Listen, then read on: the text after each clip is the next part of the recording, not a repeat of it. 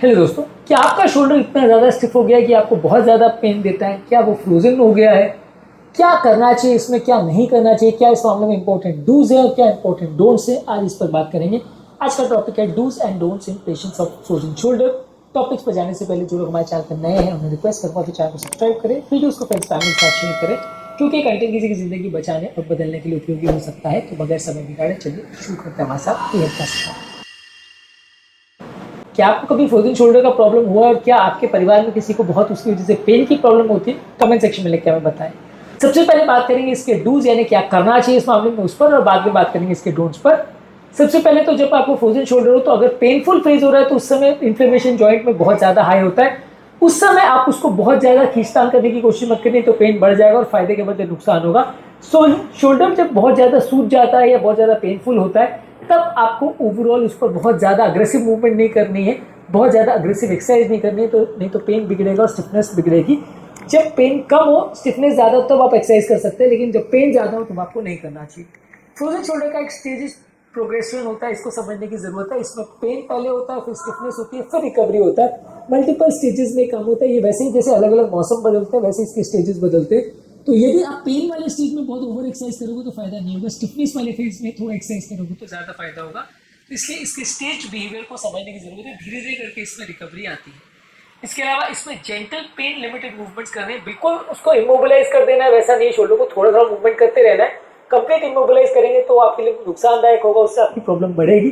थोड़ा थोड़ा मूवमेंट करते रहिए जिससे कि परमानेंट स्टिफनेस ना हो। धीरे धीरे करके जॉइंट की फिजियोथेरेपी करेंगे तो उससे फायदा होगा। इसके अलावा उम्र दराज पेशेंट्स में, थायराइड की प्रॉब्लम्स में, इमोबिलाइज पेशेंट्स में और डायबिटिक वाले पेशेंट में सबसे ज्यादा प्रॉब्लम होती है, तो इस पर आपको ज्यादा फोकस करना है। 2010 में एक आर्टिकल में बताया गया था कि डायबिटिक पेशेंट को 3 से 5 गुना चांस होता है फ्रोजन शोल्डर का प्रॉब्लम होने का।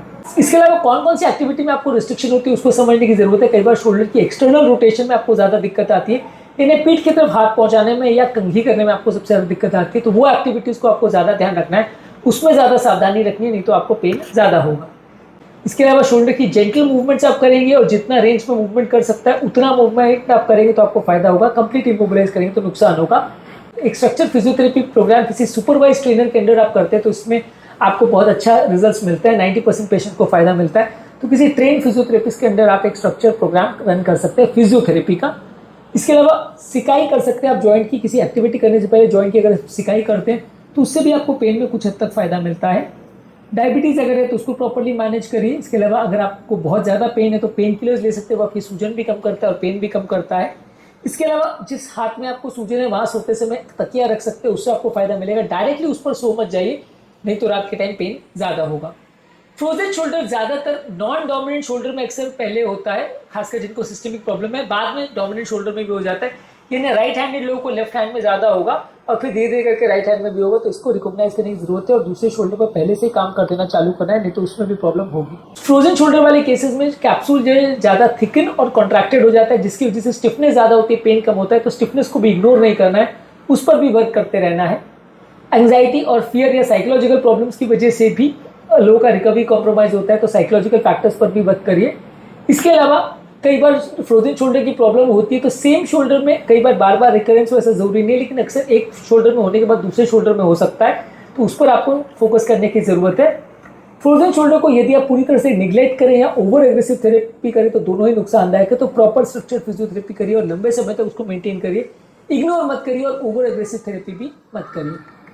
और बात करेंगे क्या क्या चीजें नहीं करनी चाहिए, क्या क्या डोंट्स हैं फ्रोजन शोल्डर के केस में। पहली चीज है कि फ्रोजन शोल्डर को इग्नोर मत करिए किसी मसल स्ट्रेन मान के। कई लोग फ्रोजन शोल्डर को कैप्सूल प्रॉब्लम नहीं मान के मसल की प्रॉब्लम मानते हैं, जिसकी वजह से इग्नोर कर देते हैं, वो स्टिफनेस की प्रॉब्लम बढ़ जाती है, तो इसको मस्कुलर पेन मान के इग्नोर मत करिए। इसके अलावा कुछ लोग इंस्टेंट रिकवरी एक्सपेक्ट करते हैं। 2017 में एक आर्टिकल में बताया गया था कि फ्रोजन शोल्डर में ऑन एन एवरेज 12 से 30 महीने तक का ट्रीटमेंट लगता है, तुरंत रिकवरी एक्सपेक्ट मत करिए। इसके अलावा कुछ लोग फिजियोथेरेपी बहुत ज्यादा करते हैं। फिजियोथेरेपी बहुत ज्यादा करने से भी फायदा नहीं होगा, जॉइंट्स को ओवर स्ट्रेच करने से भी फायदा नहीं होगा, थोड़ा थोड़ा स्ट्रेचिंग एक्टिविटीज करेंगे तो ज्यादा अच्छा है। इसके अलावा नाइट में अगर पेन आपको हो रहा है फ्रोजन शोल्डर को तो इसको इग्नोर मत करिए। फ्रोजन शोल्डर के पेशेंट्स में अगर नाइट पेन हो रहा है तो वो इंडिकेट करेगा कि जॉइंट में सूजन है और ऐसे टाइम पे ओवर एग्रेसिव एक्टिविटी और बिना मेडिसिन के जाने से आपको प्रॉब्लम होगा, तो ऐसे टाइम पे इन्फ्लेमेशन या सूजन को कम करने की थेरेपी लेंगे तो फायदा होगा। इसके अलावा कुछ लोग जो है वो पेन कम हो गया उसको रिकवरी से कंफ्यूज करते हैं, पर कई बार स्टिफनेस इंप्रूव नहीं होता, वो फिजियोथेरेपी बंद कर देते हैं। फिजियोथेरेपी को बीच में बंद कर देंगे तो कई बार डिसेबिलिटी परमानेंट हो जाएगी, तो इसलिए आपको स्टिफनेस को इग्नोर नहीं करना है और पेन कम हो जाने से अपने थेरेपी को बंद नहीं करना है। ज़्यादातर केस में धीरे धीरे करके रिकवरी आती है, लेकिन कई बार जो है अननेसेसरी गलत डिसीजन आप लेते हो, गलत ट्रीटमेंट करते हो तो परमानेंट डिसेबिलिटी भी हो सकती है। तो काफ़ी केस में रिकवरी आ जाती है इस तरह के पेशेंट्स में, और उस पर आपको धीरे धीरे करके रेगुलर फिजियोथेरेपी करना है। इसके अलावा अगर पेन बहुत ज़्यादा हो रहा है तो ओवर डू एक्सरसाइज मत करिए। यदि शार्प पेन हो रहा है इसका मतलब जॉइंट में सूजन है, वहाँ पर ओवर एग्रेसिव एक्टिविटी एक्सरसाइज करेंगे तो पेन बढ़ जाएगा, इन्फ्लेमेशन बढ़ जाएगा और आपको प्रॉब्लम ज़्यादा होगी। तो ओवर अग्रेसिव एक्टिविटी इन्फ्लेमेशन के दौरान ना करें। इसके अलावा यदि आपको अर्ली सिम्टम्स है, जैसे थोड़ा बहुत स्टिफनेस हो रहा है या माइल्ड पेन हो रहा है, तो उसको इग्नोर मत करिए, नहीं तो बाद में प्रॉब्लम बढ़ जाएगा। इसके अलावा अफेक्टेड शोल्डर को ओवर यूज मत करिए। अगर जिस प्रॉब्लम शोल्डर में आपको प्रॉब्लम है उसमें अगर आप ओवर अग्रेसिव एक्टिविटी करते हैं, बहुत ज़्यादा एक्टिविटी करते हैं, सेम रिपीटेड मूवमेंट्स करते हैं जिसमें ज़्यादा पेन होता है, तो प्रॉब्लम बढ़ेगी। तो उसको आप ओवर डू एक्टिविटीज़ को मत करिए। इसके अलावा आर्म को पूरी तरह से आप इमोबिलाइज मत करिए। कई लोग क्या उसमें स्लिंग बांध करके क्योंकि पेन हो रहा है इमोबिलाइज कर देते हैं, इससे स्टिफनेस की प्रॉब्लम बढ़ जाती है। तो ओवरऑल आर्म को पूरी तरह से इमोबिलाइज करने से प्रॉब्लम बढ़ जाएगी, कम नहीं होगी। कुछ लोग को लगता है कि कंप्लीट रेस्ट करने से जल्दी फायदा मिलेगा, पर यह भी गलत है। प्रॉपर थोड़ा बहुत ग्रेडेड एक्टिविटी और फिजियोथेरेपी करने से ज़्यादा फायदा मिलेगा, कंप्लीट रेस्ट करने से प्रॉब्लम बढ़ सकती है। इसके अलावा कुछ लोग रिकवरी होने के बाद फॉलोअप को बंद कर देते हैं और डॉक्टर के पास वापस नहीं दिखाते, उनसे वापस डिस्कस नहीं करते, जिससे कि प्रॉब्लम दूसरे शोल्डर में आ जाती है या कई बार पलट के भी वापस आ सकती है, शोल्डर को परमानेंट डैमेज भी कर सकती है। इसलिए रिकवरी होने के बाद भी फॉलोअप को बंद मत करिए और प्रॉपर फिजियोथेरेपी और थेरेपी करते रहिए, ताकि दोबारा से प्रॉब्लम ना आए। रिस्क फैक्टर्स पर भी प्रॉपर वर्क करते रहिए। आज के टॉपिक में हमने बात करी क्या क्या चीज़ें ऐसी है जो फ्रोजन शोल्डर वाले पेशेंट को करनी चाहिए और कौन सी चीज़ें नहीं करनी चाहिए, क्या इंपॉर्टेंट डूज है और क्या इंपॉर्टेंट डोंट्स है, इस पर हमने बात करी है।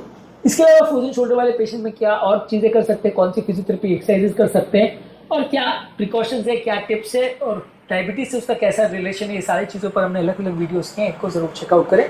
उम्मीद करूंगा कि आज के टॉपिक में कुछ नई बातें जानने को मिली होंगी। जो लोग हमारे चैनल पर नए हैं, मैं रिक्वेस्ट करूँगा कि चैनल को सब्सक्राइब करें, वीडियोस को फ्रेंड्स फैमिली के साथ शेयर करें, क्योंकि कंटेंट किसी की जिंदगी बचाने और बदलने के लिए उपयोगी हो सकता है।